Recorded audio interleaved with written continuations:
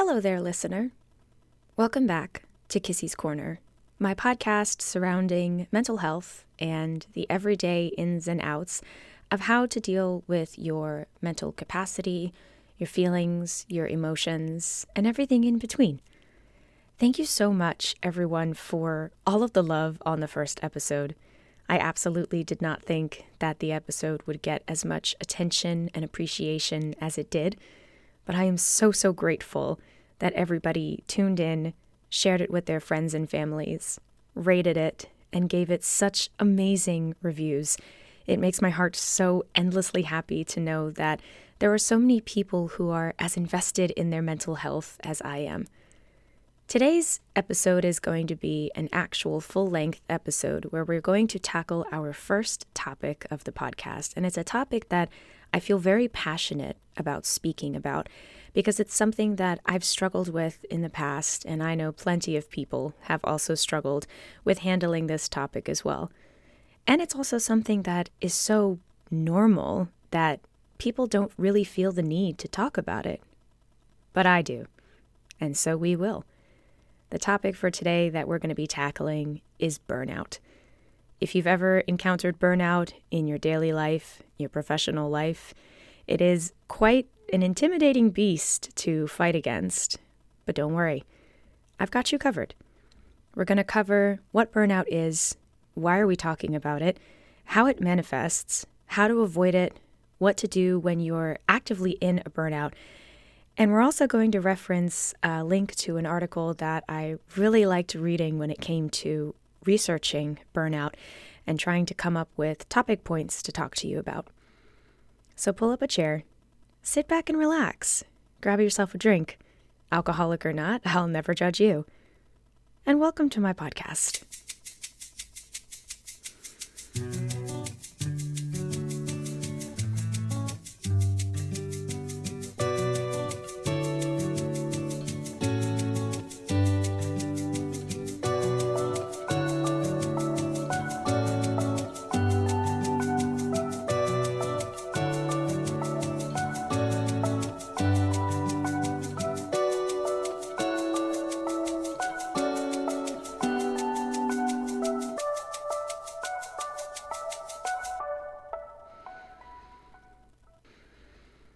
Welcome back, listener.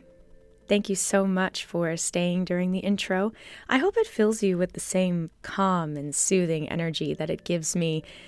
I did get a review from one of my family members about the intro and how lovely and calm it makes her feel when she listens to it. And so I hope it brings you the same amount of peace. As I mentioned before, we are going to be talking about burnout. And if you're unfamiliar with burnout is, I'm actually going to give you the dictionary definition, and that is physical or mental collapse caused by overwork or stress. Now think about that word, collapse. When you think of something collapsing, it's very rarely ever referenced in a positive type of manner. Collapsing usually happens when there is too much pressure or weight on top of something, and it finally reaches a breaking point. And so it falls apart into tatters and small, tiny pieces all over the floor. And it usually does cause you much more stress than it did before it collapsed. But when we're talking about burnout, that overwork, that stress that is building and building and building, that's something that is so common in our day-to-day lives. If you think about it, as an adult, we have a lot of responsibilities that we have to tackle every day. We have things like owning a home, paying your rent, paying your bills, going to your job, having to deal with all of the stresses of the work from your job. If you're a parent, you have things like taking care of your children, cleaning your house, doing your laundry. If you have a pet, you have to worry about things with your pet, like buying them food, keeping up on their mannerisms, taking them to the vet. How about yourself, taking yourself to the doctor, checkups, all sorts. It can be very, very stressful to essentially be an adult in this day and age. And when you're not careful about how you're managing your stress and how you're managing your workloads, something like burnout is very, very common, even though it's not commonly talked about. Now, when we think about talking about burnout, can you remember the last time that you sat down and had a conversation with somebody about burnout? Maybe you didn't exactly know what the phrase was, but can you remember the last time that you might have spoken to somebody about how overwhelmed you are, about how tired you are, about how exhausted your body feels inside and out, and how sometimes you just wish you could get a break? Well, honey, let me tell you, you're either experiencing burnout actively or you're right on the cusp of it. But it's so normalized as part of society and a part of our work ethic that we don't actually realize how extremely harmful it can be to your mental health.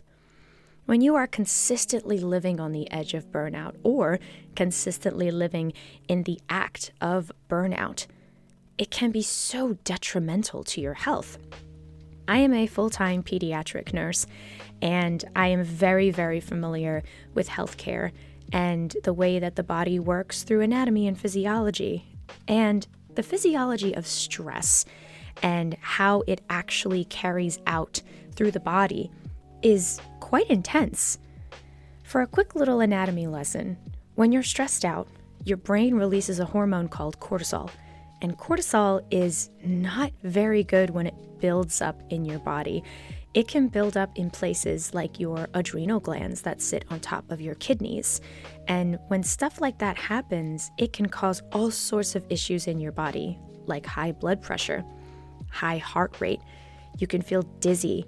You can feel like your heart is just racing out of your chest and your blood is just ringing in your ears. And to live like that consistently is just absolutely no way to live. So when we talk about burnout, there's a couple of things that we really need to focus in on to get you to understand exactly what it is, because it can be confused with so many different things, but it is just an all-encompassing phrase to reference how negative the body is impacted when it comes to things like stress and overwork. So, let's talk about how burnout manifests. So, I can't necessarily say that burnout will manifest the same way from person to person. However, these are a few of the symptoms that I've recognized in not only myself, but I have seen in other people who have told me that this is how their burnout manifests. So, we have things like sudden disinterest. And this can be in anything. So let's take content creation, for example. A lot of you that are listening to this might be content creators from Twitch or YouTube or Facebook, Instagram, Twitter. People who are online and they make content creation their full-time job. Now, when you do stuff like create content, it can be about anything, can't it? You can create content about gaming, beauty, mental health, for example. And if you devote yourself full time to something like content creation, you kind of have to have a passion for it, don't you? You have to have an interest. You have to have some sort of investment in the topic that you're creating content for. Now, say, for example, you create that content day in and day out. There's 24 hours in a day. Say you spend about 12 to 18 hours of that day creating content. You leave yourself no room for anything else. Except sleep, maybe. Or maybe not, if you are as dedicated as some of the people I've met before. But then all of a sudden, you realize that you are wildly disinterested. That there is this sudden disinterest in any of the content that you have been so wildly passionate before in the past. That can be extremely frustrating. Because obviously you want to continue creating the content that you love at the degree that you love it at. But when you're disinterested, it can cause such a lack of motivation, which is another way that burnout manifests, by the way. When that disinterest is coupled with things like lacking the motivation, it can create other symptoms of burnout like irritability and anger and frustration. Some emotions that are just so difficult to wrap your head around and process, but they're actually quite easy to come to the surface. I have found in my life that it's a lot easier for me to get angry at things than to sit back and be sad about them or to take the time and the effort to really unravel them. But then after you get angry and you're frustrated and there's a disinterest in your daily life that you were so passionate about before, there comes a guilt as well for not getting these things done because you reached burnout from working. You reached burnout from stress over working.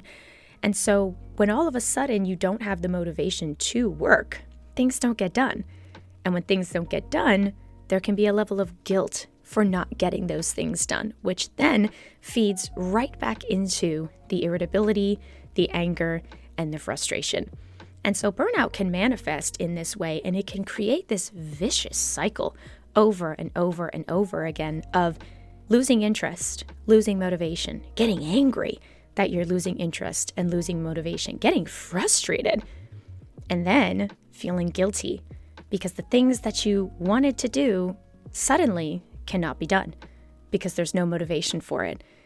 And then the guilt makes you angry again. So there is this endless loop that you may find yourself in and day out. You're actively in burnout. And it's not a great feeling at all, is it? Because that burnout can make you feel like you are a string pulled far too taut and just about to snap. Now that snapping point we can save for a totally different discussion, but that burnout is so real and so all-encompassing that it can make you feel like you're drowning. And it can make you feel like you are on the precipice of a cliff right at the edge and you're seconds away from jumping off. And it's a horrible, horrible feeling. But don't worry. Now that we have recognized how burnout manifests and what it can possibly look like, now I'm going to give you some steps on how to avoid the burnout. The way that I like to view this is a wall. So I will use a metaphor from here on out, speaking about the burnout as a wall, a solid mass that is just impossible to break through. And as soon as you hit it, it's like you're on the highway and you get to that section where you know you have to take your exit or you can continue to go forward. But there's that section right in the middle where they have all of those jugs that are filled with water, I'm assuming. And then there's like a wall. It's a dividend. And it's solid. If you hit it, that's pretty much it. You're not going any further. I like to think of burnout as a wall, a solid mass. And the more and more that you pile things on in your daily life, the closer and closer you will creep towards this wall. And once you hit that wall, you have successfully landed yourself in burnout. And if you've ever seen a car accident, or you've ever been in one, you know as well as I do that impact really sends you for a loop. It can make you disoriented. It can make you feel defeated. It can make you feel exhausted. And when you hit that wall of burnout, that's exactly what it's going to feel like. A hit, a strike, a punch, like pain in your gut, losing your breath, losing your motivation, losing your will. And once you hit that, it's not impossible to come back from, but it is quite difficult. So I have these steps that I like to do when I am actively recognizing that I am inching closer and closer and closer to that wall of burnout. And here are some of my steps. I like to live by these 3 steps in sequence because this is the best way that I have recognized how to pull myself back from that wall of burnout and what to do when I am actively in it or when I am actively getting close to a burnout. So here are my steps. Step 1, stop. Step 2, slow down. Step 3, breathe. There's also a step 4, but we're going to get to that in a moment. So these 3 steps, stop, slow down, and breathe. Now I want you to think about that for a moment. You can pause this if you'd like. Take some time to swallow those words and really think about what you think they mean, how you think they can be applied, and then come back. If you've taken some time, welcome back. Stop, slow down, and breathe. What did you come up with? If it's anything close to what I do when I'm in burnout, you're on the right track. So let's break it down. First, stop. I know that sounds so ridiculous, but it's actually quite simple. Remember how we get to burnout. Remember how we get closer and closer to that wall. We are piling on more and more work, more and more stress, more and more events and appointments, thing after thing after thing. When you're in a burnout, no more things. That's it. Stop. Stop booking. Stop making appointments. Stop working. Stop doing. Stop acting. Just stop. Now, I'm not talking about stop forever. I'm not talking about stop for the rest of the day. What I am talking about is in the moment, just take a beat. Stop. Whether it's physically or mentally, there has to be something that is going to full stop you from whatever you were doing that led you to the burnout in the first place. And then, the second step, slow down. Now, this seems kind of counteractive because at this point we've already stopped, haven't we? How can we slow down if we are no longer moving? But this slow down part, this actually applies to everything after. So now that you've stopped, everything that you were doing before you stopped, a lot of those things still need to get done, especially if they're things like house chores or when you're at work and you have to finish projects, or if you're a parent and you're taking care of a child. You have to still do those things. You still have responsibilities and you still have things that need to be finished. However, when we get to the slow down part, here's the part that matters. You take those things that you were doing and you take those things that need to be done and you simply do them slower, more meaningful. Here's the thing. In life, it's really easy to go on autopilot. And if you know what I mean, you know what I mean. For example, when I know that I have to do laundry, it can be quite the monotonous task. Taking clothes out of the dryer, putting them in a basket, folding, matching socks, folding underwear, putting them back in drawers, and then in about a week, you got to do the whole thing all over again. So there's nothing really inherently interesting about doing laundry. So sometimes my mind will just kind of put my body on autopilot, and I'll just do it. But sometimes when I do it, I will move far too fast. That's how things like mistakes can get made. But if I do that, and I'm also quite guilty of multitasking, not only am I folding laundry, but now I'm also throwing another load into the washing machine, thinking about that. And then I'm thinking about the sheets and the towels that need to be washed too, so I might as well grab those, throw those in as well. And then while I'm folding my clothes, I'm also thinking, man, I have to vacuum my living room, I have to vacuum my basement, I have to vacuum all 4 of the rooms upstairs and the hallway. And while I'm at it, I think I'm also going to clean my kitchen countertops. I'm also going to clean my sink. But there's dishes in it. I'm going to do my dishes. And then maybe I'll clean out my refrigerator. And are you getting overwhelmed yet? Because I am. Now think about how fast you move when you are doing these things. How you're doing one thing, but you might also be thinking about doing 15 other things at the same time. Now, even though we did say that burnout is caused by overwork or stress, and while you're doing just the one thing, you can't possibly be working too hard, right? However, you are doing the one thing physically, but your mind is doing the 15 other things. That's the stress. That's the overwork on your mind. It's the overwork that you are convincing yourself needs to get done right in this moment, or else it won't get done at all. So here comes the slowdown part. Focus on the one thing. If you're folding your laundry, fold your laundry. That's it. That's where it starts and that's where it stops. Slow down your thought processes. Slow down your mind. Understand that this one task that you are focusing on is the only task you need to be focusing on until it gets done. And then when it gets done, you can move on to the next task and then focus on that task and that task alone. And then you move on. And you do this again and again and again. until your tasks and your responsibilities are completed. So at this point, we have stopped. We have slowed down. And now here's the third part. And this part is very, very important.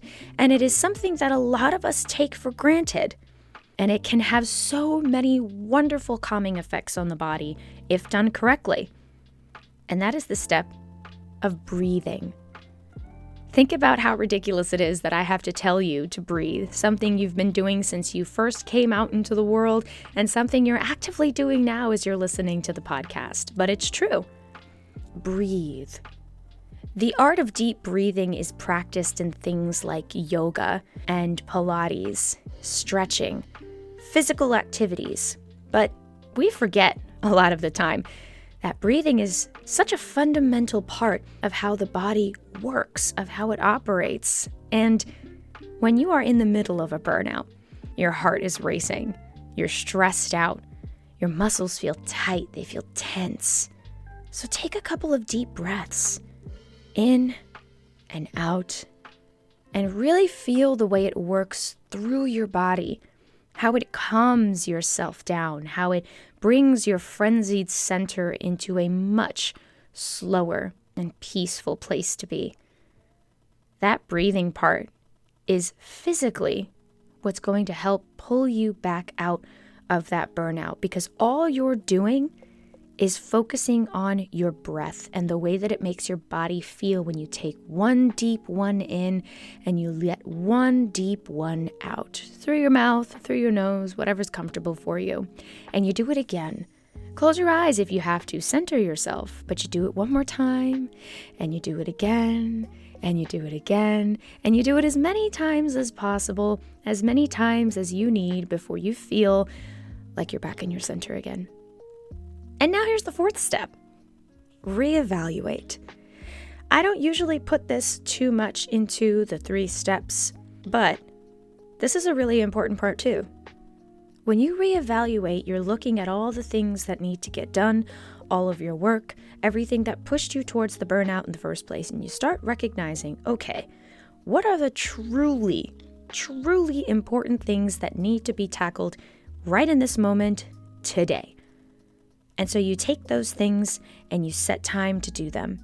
Everything else that does not need to be completed today, that does not need to be completed right in that moment, you're going to leave that for tomorrow. Or you're going to leave it for 2 days from then. Or you're going to leave it till a week from then. But you're not going to take it and deal with it right then and there. You are going to take what you need, when you need it, complete it, and then take everything else that you don't need, move it off to the side. Why? Because you don't need it. In the moment, you feel like you do, but I promise you, you don't.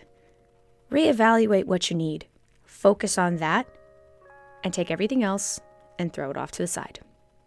Stop, slow down, breathe, and reevaluate. Now, there are some other things that you can also do after you've taken those 4 steps. And these things are ways that you can avoid hitting that wall of burnout, because those other steps that I mentioned were what you do when you're actively in a burnout. But let's talk about some things you can do that are going to avoid you hitting that wall of burnout in the first place. So this is where things like self-care really come into play. And I preach self-care a lot to people. But when I do, I tell them that self-care can really be absolutely anything. Self-care doesn't have to be things like hot baths, lighting a candle, drinking a glass of wine. It doesn't have to be just those things, even though I personally love those self-care activities. It can be things like calling your parents, dancing in your living room with the music loud, going outside, taking in some fresh breaths of air. If you're like me and you have a dog, go outside with your dog. Go for a walk. 20, 30 minutes. You'd be amazed by what that time actually does for you. If you have a significant other, if you have a partner, take some time to go spend with your partner. Maybe watch some TV or watch a movie. Go out to dinner. Go walking around in the mall. Window shop. Go to your happy place. Go to your favorite place. If you really like music and it resonates with you, put on a pair of headphones, lay down in bed, close your eyes, and just listen to some music. If you like singing, sing at the top of your lungs. Scream out your lyrics while you're dancing in your living room. But these self-care activities are going to actively help you avoid hitting that wall of burnout, because what these activities do is distract your mind and pull you away from the responsibilities of work, the responsibilities of life. These self-care activities are exactly what they sound like for you. Self-care. And I want to give you a quote that I heard from one of my favorite Peloton instructors. Shout out to the Peloton riders if you're a Peloton cycler like I am. There is this quote that goes, "This self-care is never selfish." And I love that quote, and I live by that quote, because there is absolutely nothing wrong with taking time for yourself. There is nothing wrong with caring for yourself, taking care of yourself. It's not selfish. It's what you should do. It's how you should take care of your body. And it helps your physical health, sure, but more so, it helps your mental health. And that's what we're here for, isn't it? That's what we're really here to talk about. How to deal with and handle your mental health. These self-care activities are absolutely tantamount to pulling yourself back from smashing into that wall of burnout at full force.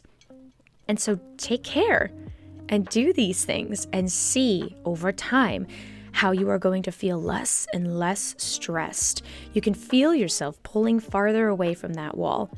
And the farther away that wall is, the better you're going to feel. And so develop some of your own self-care activities. Take a look in your day-to-day lives of the things that you do that bring you joy, that bring you happiness, that make you feel like you're the only thing in the world that matters. Because you should on a day-to-day basis either way.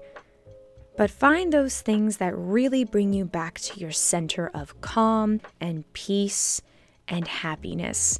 Those are the things that are going to help pull you back from your burnout. So let's rewind. Burnout. It's extremely harmful. It's extremely detrimental to not just your mental health, but your physical health. And it's something that is so ingrained in our society and our work ethic that we don't even recognize what it is. And we oftentimes don't even recognize we're in it or close to being in it, because it's also not talked about very often. At work, they want you to work your hardest, put your best foot forward, put 100% of your effort in. And trust me, those things are good to some degree. Everybody can benefit from a little bit of hard work. However, what they don't preach at the same time is making sure you don't work too hard, making sure you don't work past the allotted time that you're given for work. Say, for example, you work a 9 to 5. When you come in and you clock in at 9 a.m., you're working. When you leave at 5 p.m., you are not working anymore. And so why should you take your work home with you? Why should you continue to work past 5 p.m. if you've only allotted those 8 hours of the day to work? The same concept can be applied elsewhere. If you have responsibilities like laundry, cleaning, taking your pet somewhere, caring for a child, you have allotted times for those responsibilities. Why should you do more than what you've allotted yourself to do? That's how you hit burnout. That's how you are going to stress yourself out, overwork yourself into that physical and mental collapse that is burnout. And so think about the wall. Over and over again, remember that wall metaphor that I like to use is so solid to me that when I think about hitting it, it actually kind of terrifies me, the same way that it would if you think about driving a car into the side of your neighbor's house. That should terrify you. It should scare you, because you know when you hit that house, it's solid. Your car is not going to go much further once it hits that impact. Think about it like that. You are the car. That house is your burnout. That wall is your burnout. And once you hit it, man, it is not going to be good. And so here's some things to avoid it. Do your self-care. Think about what your self-care activities entail. Think about the things that make you happy and bring you joy. And then do those things. Do those things as consistently as you can. Do those things as often as you can until you feel yourself start to wind down, start to relax, start to pull back from that wall of burnout. If you're in a burnout, remember our steps. Stop, slow down, and breathe. And then reevaluate. Think about what needs to be done. Think about what has to be done right in that moment and take everything else, toss it to the side. It can be handled tomorrow. It can be handled the next day. It can be handled a week from now, but it doesn't have to be handled right then and there. Because if you don't sit back and reevaluate, breathe, slow down, stop what you're doing, you better get real comfortable with hitting that wall of burnout because you're going to hit it over and over and over again. And you are not going to have yourself a great time. I promise you. Burnout is so real and so harmful that I don't want any of you to have to experience this. I don't want any of you to have to go through this. I've been through this multiple times before, and sometimes, I'm not going to lie to you, I am not perfect. Sometimes I still hit that wall of burnout. Even now, at 31 years old, full-time pediatric nurse, part-time content creator, I still hit that wall. And sometimes I have to take my own advice.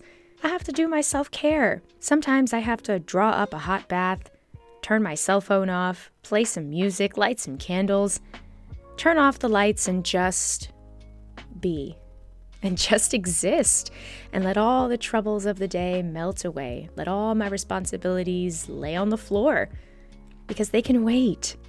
I have this one little life. I live in this one little body. And if I don't do it right the first time, I do not get a chance to do it again. And neither do you.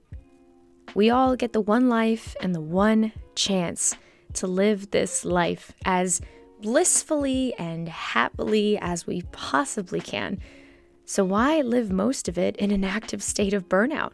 Why send yourself to an early grave, speeding full force, if you don't have to? I think it's very important for people to talk about burnout some more and for people to really start to recognize what it is, how you pull yourself back, and what do you do when you're actively in it so that you can get out? Because nobody likes being that deep in a hole. Nobody likes being in the midst of burnout when you feel like you could tear all your hair out from your head. And so take this with a grain of salt, obviously. I am not a psychiatrist. I am not a therapist. I am not a psychologist. I am a nurse, but when I give you these tips on mental health, it's because these are the things that I've experienced that help me. But of course, if you feel super stressed out and none of these tips work, please reach out to your licensed medical professionals that you actively work with. Please reach out and seek a therapist or a psychologist or a psychiatrist if you're having a lot of difficulty with your mental health, because I want you to take care of yourself. I will always want you to do what's best for you. So please take what I say with a grain of salt. I am a medical professional, but not a psychiatric one. That's all I've got for you today. Thank you all so much for listening to this episode. This is probably the length that I'm going to have most of my episodes, with the exception of when I have guests on, of course. Those will probably be longer, so I hope you'd sit through for those. I want to thank everyone so much for your glowing reviews and all of your ratings and all of the attention and love. Like I said in the beginning of the episode, it means more to me than you could possibly imagine. Getting to be able to finally do this podcast in 2023 after probably years of wanting to do it and not really thinking I was good enough for it is just so monumentally life-changing. Thank you. From the bottom of my heart, thank you. And please, I'm going to ask you to continue rating the episodes, continue rating the podcast, favorite it so that you get the notifications when the new episodes come out, and please, continue sharing the episodes. I can only reach but so many people. If you like what you're listening to and you like what I'm putting out there, please take the time to use the share button and send it to your friends, send it to your family, send it to your coworkers. You never know who might be struggling with their mental health and could use just a little extra help. That's what I'm there for. If you have any questions regarding the episode, or if you have an interest in recommending future topics for discussions, I would gladly love to hear them. Please access my email address, KissySenseiDesigns@gmail.com, and make sure you put in the title something pertaining to the podcast so that it doesn't get sent to my spam folder or I don't overlook it. I would love to hear any recommendations or answer any questions or just read any thoughts you might have on the podcast. My goal is to release an episode a week or an episode every other week, and so please pay attention to my social media. You can look up Kissy Sensei on Twitter and on Twitch and on Instagram. I will be updating on one of those 3 platforms when it comes to talking about the podcast. Again, thank you all so very much for your love and attention. I appreciate you more than I could ever say, and I will catch you next time. Take my love and my light with you. Kiss your pets and your loved ones, and don't forget to stay sexy. That part is super important. Thank you again. I'll see you next time. Bye-bye now.